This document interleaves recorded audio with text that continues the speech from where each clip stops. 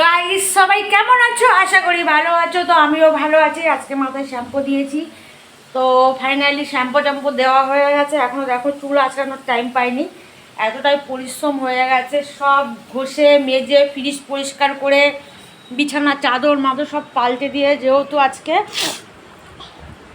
14 শাক 14 প্রদীপ, তো এটা আমাদের প্রচুর, মানে এটা আমি মানি খুব, আমাদের ছোটোবেলা দিয়ে এগুলো আমি করে আসি।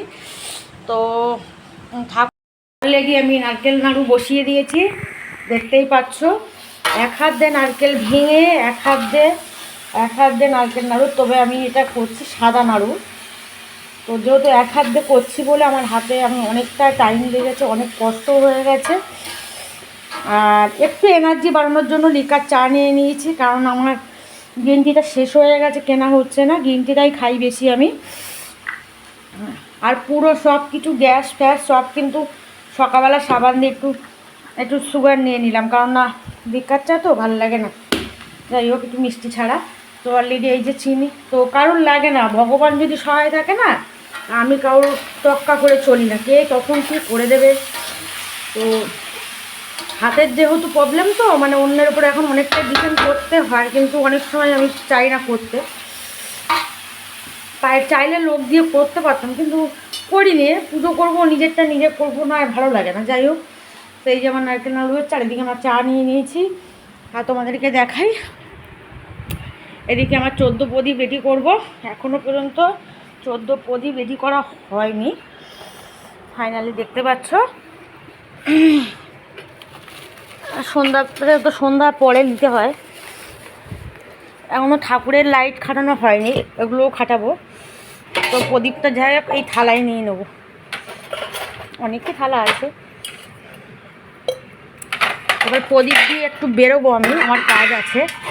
হ্যাঁ, প্রদীপটা দিয়ে বেরোবো, কারণ আমার অনেকগুলো এখনও কিছু কাজ আছে, সেগুলো কমপ্লিট করব। আর এই যে প্রদীপ নিয়ে নিয়েছে, দেখো।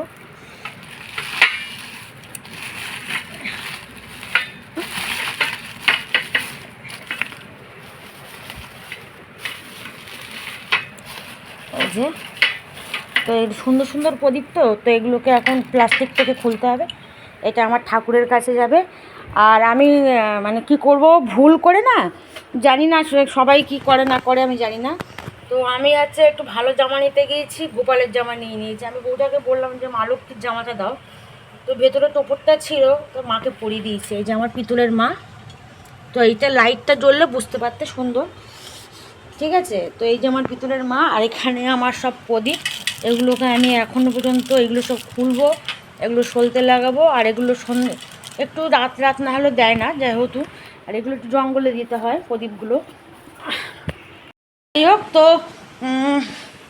কী বলবো। আর আমি কালকে আমার ছিল, কালকে আমি একটা সোনার জিনিস নেবো না তাই হয় বলো, তোমরাই বলো। গিফট নেবো না তাই বললে হয়?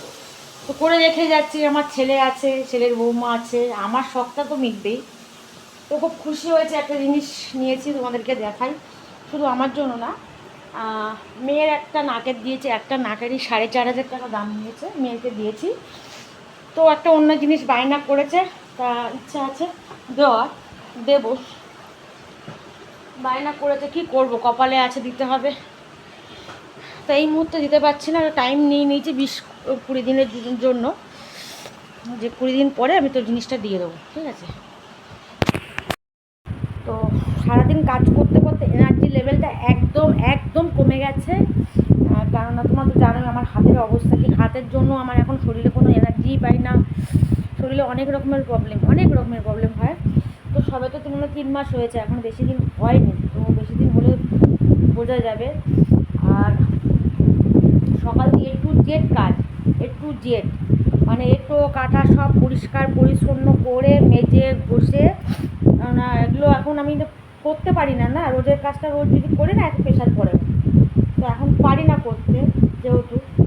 আর লোক রাখবো ভাবি, কিন্তু কি আমার পোষায় না, মানে কারণ কাজ আমার একটু পোষায় না পারলে তখন রাখতে হবে।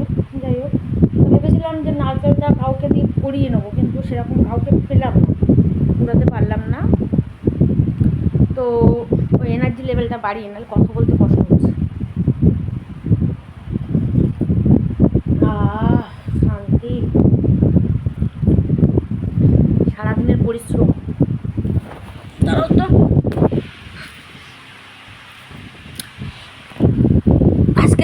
করেছি 14 শাক, 14 প্রদীপ জ্বালতে হবে, 14 শাক আর হচ্ছে পনির রান্না করেছি নিরামিষ, ওই সবজি দিয়ে করেছি, রান্না বেশি কোনো মশলাপাতি দেই। তো ঘুম লাগছে আর কোমর ব্যথা করছে, ভীষণ কোমর ব্যথা করছে, ভীষণ পাচ্ছি না, এত কোমর ব্যথা করছে, আর কি করব বলো।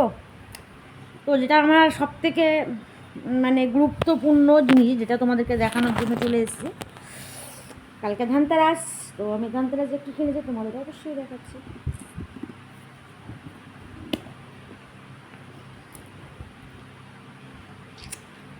তো এই যে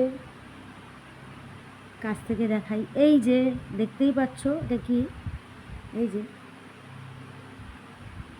তো সাদা আছে, ব্ল্যাক আছে, তো আমার এটাই পছন্দ হয়েছে, তোমরা অবশ্যই কমেন্ট করে বলবে। তো দাঁড়াও একটু পরে তোমাদেরকে দেখাই কেমন আছে। তো শাড়ির সাথে পরলে ভালো লাগবে, ইচ্ছা আছে কালকে লক্ষ্মী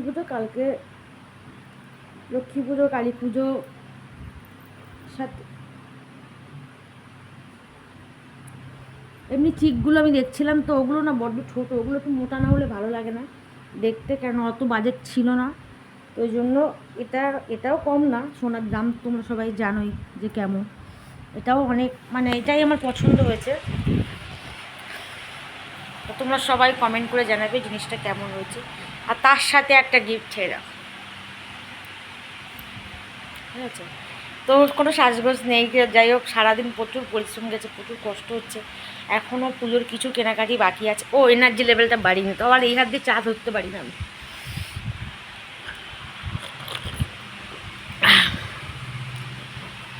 ভগবান যদি চায় তা এর থেকে ভালো কিছু হতে পারে, আর হলে ভগবান চাইলে, আদারওয়াইজ না। তো দাঁড়াও, নাইটির সাথে এমন কেমন লাগছে এটা, আর এটা হচ্ছে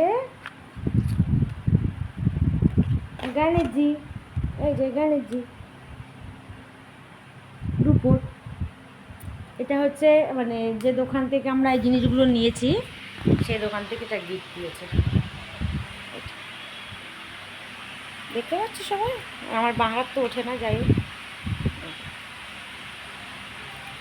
তো কেমন হয়েছে অবশ্যই কমেন্ট করবে। আর আমার নাড়ু কিন্তু হয়ে গেছে অলরেডি, তো ওটা পাকাতে হবে, আমি কষ্ট হচ্ছে, একটু চা খাই আর ওগুলো কাজগুলো করতে থাকি।